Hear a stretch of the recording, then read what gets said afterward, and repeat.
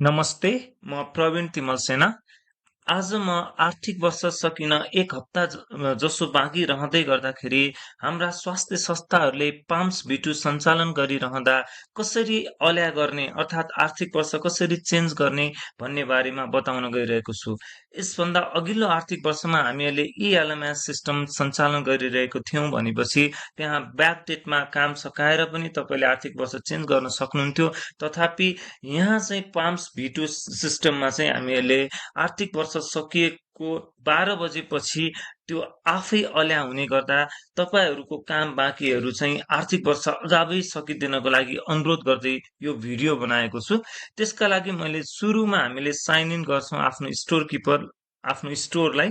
स्टोरको sign in गरिसकेपछि पहिलो काम भनेको हामीले गर्नुपर्ने काम भनेको चाहिँ बाँकी कामहरू पुरा गर्ने। आर्थिक वर्ष सकिनुभन्दा अगाडि नै हाम्रो दाखिलाहरू आउन बाँकी छ भने दाखिलाहरूको लागि चाहिँ तपाईँले फलोअप गर्नु पर्यो।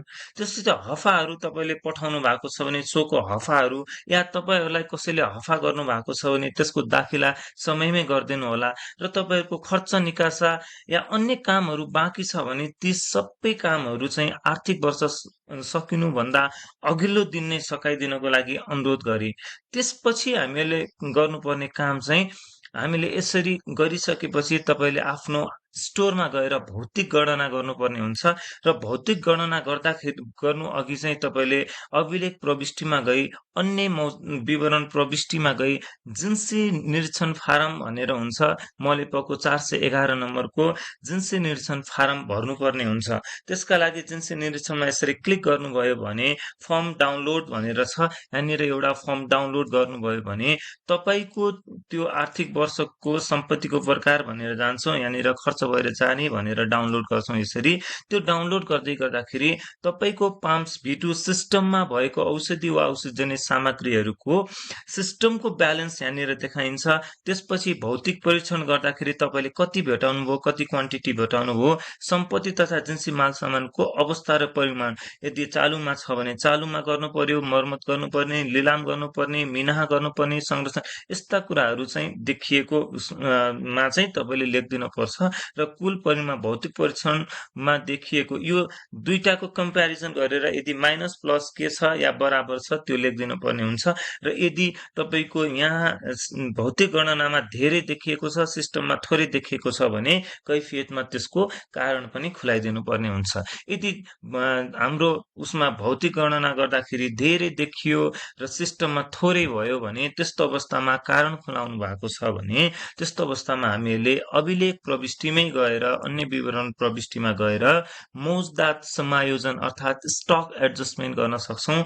मौजदात समायोजनका लागि तपाईँको त्यो स्टोरमा चाहिँ यदि सामानहरू थोरै छ र सिस्टममा धेरै देखियो भने एकचोटि फेरि तपाईँले के गर्नु पर्यो, आफ्नो हफा दाखिलाहरू फेरि एकचोटि हेर्नु होला। त्यहाँ पनि केही मिस्टेकहरू या तपाईँको भुलवश भएको छ भने त्यसलाई सच्याउन सक्नुहुन्छ। यदि त्यो सबै भएर एप्रोप्रिएट रिजन यदि मुसाले खाइदिएको हुनसक्छ, चोरी भएको हुनसक्छ, बिग्रेको हुनसक्छ, त्यस्तो अवस्थामा चाहिँ मौजदात समायोजनमा गएर एड न्यू गर्नु होला। त्यसपछि यहाँनिर भर्नुपर्ने सबै भरिसकेपछि को प्रकारमा जानु होला। निर्णय गर्ने पदाधिकारीको इन्स्टिट्युसनको प्रमुख हुनुहुन्छ।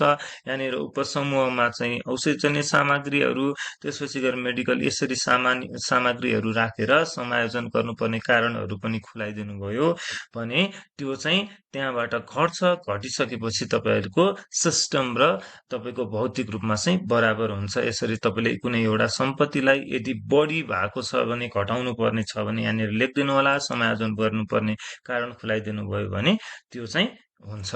यसरी पहिलो चरणमा हामीहरूले चाहिँ हामीहरूको यो आर्थिक वर्ष चाहिँ आफै अटोमेटिक हुने भएको हुँदाखेरि सम्पूर्णलाई फेरि पनि अनुरोध गरेँ। पछि तपाईँलाई फेरि पछुतो हुनसक्छ, धेरै कामहरू चाहिँ पेन्डिङ भएको हुनसक्छ, त्यही भएर एक हप्ता बाँकी छ, सबैले काम गर्नुहोला। र केही अन्य जानकारी चाहिएको खण्डमा चाहिँ मलाई कमेन्ट बक्समा गएर लेखिदिनु होला, म सोको पनि भिडियो बनाउनेछु। हस्, थ्याङ्क यू, धन्यवाद।